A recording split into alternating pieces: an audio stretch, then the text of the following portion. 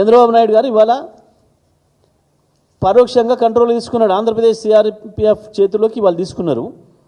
ఇంకో 4 రోజుల్లో ఆంధ్రప్రదేశ్ పోలీస్ చేతులకి పోతుంది నాగార్జున సాగర్. ఇప్పటికే ఈ సంవత్సరం ఉన్న నీళ్ళను మొత్తం తీసుకుపోయినారు. వాళ్ళ వాటా ఈ మొత్తం దినంగా తాగంగా తెలంగాణ వాటాలో ఉండే నీళ్లు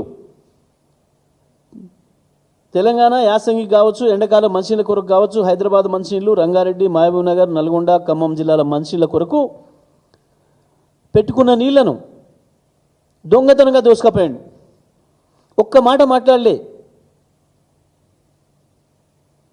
ముఖ్యమంత్రి కానీ, నీటిపారుదల శాఖ మంత్రి కానీ, ఇతర మంత్రులు కానీ, నల్గొండ జిల్లా, మహబూబ్ నగర్ జిల్లా, ఖమ్మం జిల్లాల మంత్రులు కానీ ఒక్క మాట మాట్లాడలే. ఎందుకో చంద్రబాబును చూసి వణుకుతున్నారు. చాలా ఆశ్చర్యంగా ఉంది. వాళ్ళ పార్టీ అధిష్టానాల కంటే ఎక్కువ చంద్రబాబుతో మంచిగా ఉండాలన్న ప్రయత్నం ఈ రాష్ట్ర ముఖ్యమంత్రి, మంత్రులు చేస్తున్నారు.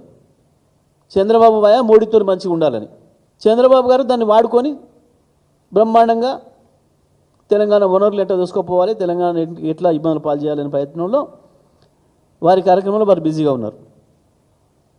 కానీ మరి వీళ్ళకి లేదు సోయి. తెలంగాణ నిధులు తీసుకుపోయాము ఢిల్లీకి అప్ప చెప్తున్నారు, నీళ్ళని తీసుకుపోయి ఆంధ్రప్రదేశ్కి అప్ప చెప్తున్నారు.